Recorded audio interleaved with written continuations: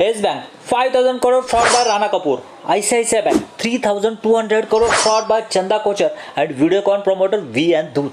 और ऐसे कई प्रोमोटर है या फिर हायर अथॉरिटीज है जो अपने फायदे के लिए कंपनी का नुकसान करते हैं, और जब ये चीज़ें बाहर आती है तो स्टॉक में लोअर सर्किट लग जाता है, हमारे हार्ड अर्न मनी बर्न हो जाता है। ये तो हो गया प्रॉब्लम, पर इसका सोल्यूशन क्या है? तो दोस्तों इसका सोल्यूशन है मैनेजमेंट को समझना, उनके प्रति कंपनी के नज़रिए को समझना, उनके फ्यूचर प्लान को समझना। इससे हमें अंदाजा आता है कि सही में मैनेजमेंट भरोसा करने के लायक है या नहीं। इस वीडियो में हम जानेंगे ईवी सेक्टर की एक लीडिंग कंपनी सोना बीएलडब्ल्यू के बारे में, उनके मैनेजमेंट के बारे में, उनके मैनेजमेंट के नज़रिए के बारे में कि आज से 5 साल बाद 10 साल बाद कंपनी कहाँ पे हो सकती है। और ये इंटरव्यू के जो क्वेश्चन है वो पूछे गए हैं दोस्तों डीआईएस या फिर इंटेलिजेंट इन्वेस्टर जो होते हैं, उनको बहुत बहुत बारीक जानकारी वो वहाँ से निकलते हैं उनसे। तो देखते हैं क्या क्वेश्चंस और आंसर यहाँ पे किए गए हैं। दोस्तों कोई भी कंपनी का जब भी क्वार्टरली रिजल्ट अनाउंस होता है ना, तो वहाँ पे प्रेजेंटेशन देना पड़ता है या फिर डॉक्यूमेंट जो वो यहाँ पे साइन करना पड़ता है। तो ये है कंपनी का प्रेजेंटेशन, उससे समझेंगे हम क्या क्या वहाँ पे इंटरव्यू में क्या क्या चीज़ें हुई थी।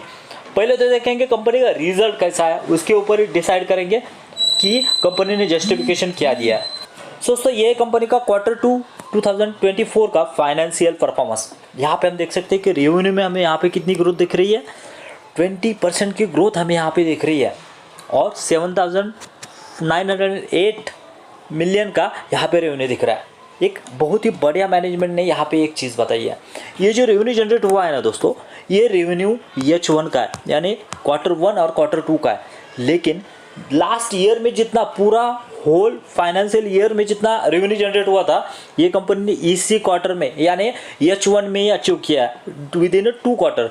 अभी H2 यानी अगले 2 क्वार्टर जाने बाकी है। ये बहुत ही बढ़िया चीज़ मुझे इसके बारे में दिखी। उसके बाद में EBITDA मार्जिन के बारे में देखेंगे तो 35% का EBITDA मार्जिन हमें यहाँ पे बढ़ते हुए दिख रहा है। ओके, उसके बाद में net PAT profit after tax 34% का पैट यहाँ पे कंपनी ने ईयर ऑन ईयर बेसिस पे यहाँ पे दिखाया है। तो सोचिए दोस्तों, अगर ऐसी कंपनी परफॉर्मेंस दिख रही है तो कितना बढ़िया होगा आगे आने वाले फ्यूचर के लिए। दोस्तों जब मैनेजमेंट को पूछा गया कि उनके पास ऑर्डर बुक कितना है, तो उन्होंने बताया कि उनके पास 220 बिलियन का ऑर्डर बुक था। उसमें से उन्होंने फिलहाल ही 5 बिलियन का जो है ऑर्डर बुक कंप्लीट किया, और उसके बाद में ये क्वार्टर के एंड में, लास्ट क्वार्टर के एंड में उनको 6 बिलियन का ऑर्डर मिला, और क्यूमुलेटिव पकड़ के ये 221 बिलियन का ऑर्डर उनके पास अभी पेंडिंग है। यानी बहुत ही बढ़िया ऑर्डर बुक यहाँ पे हमें दिख रहा है।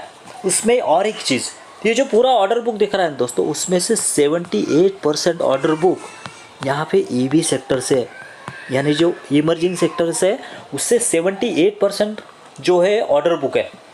सेकंड थिंग, ये जो अभी ऑर्डर बुक है वो डिफरेंशियल असेंबली से आने वाला है, और अभी ये फोकस कर रहे हैं कि पैसेंजर व्हीकल पे ये क्या कर रहा है, अभी फोकस कर रहे हैं।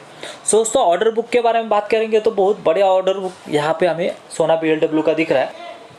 दोस्तों जब मैनेजमेंट को पूछा गया कि आपके कौन कौन से न्यू प्रोडक्ट जो है वो आने वाले हैं, तो मैनेजमेंट होता है कि इस क्वार्टर में 7 न्यू प्रोडक्ट हम लॉन्च कर रहे हैं।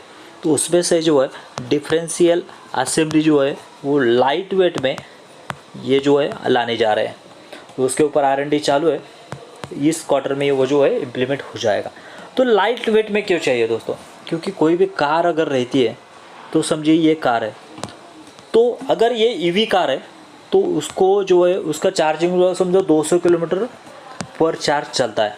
लेकिन उसका अगर वेट अगर कम हो गया है, समझो 20% अगर कम हो गया, तो वो यहाँ पे 20% बढ़ेगा, यानी ये कितना चलेगा 240 किलोमीटर पर चार्ज। तो इसी वजह से क्या कर रहे हैं वो, जितना ईवी का ये कम कर सके उतना कर रहे हैं। सेकंड थिंग, वो ऐसी मोटर जो है इलेक्ट्रिकल मोटर जो है वो उसका भी स्पेस कम करना चाह रहे हैं, उसके ऊपर भी R&D हुआ है, और वो भी जो है वो फाइनल फेज में। तो ये आप सोच सकते हैं ईवी के बारे में कितना एग्रेसिवली ये जो है कंपनी सोच रही है। इतना ही नहीं, इसके साथ साथ में सेंसर और सॉफ्टवेयर,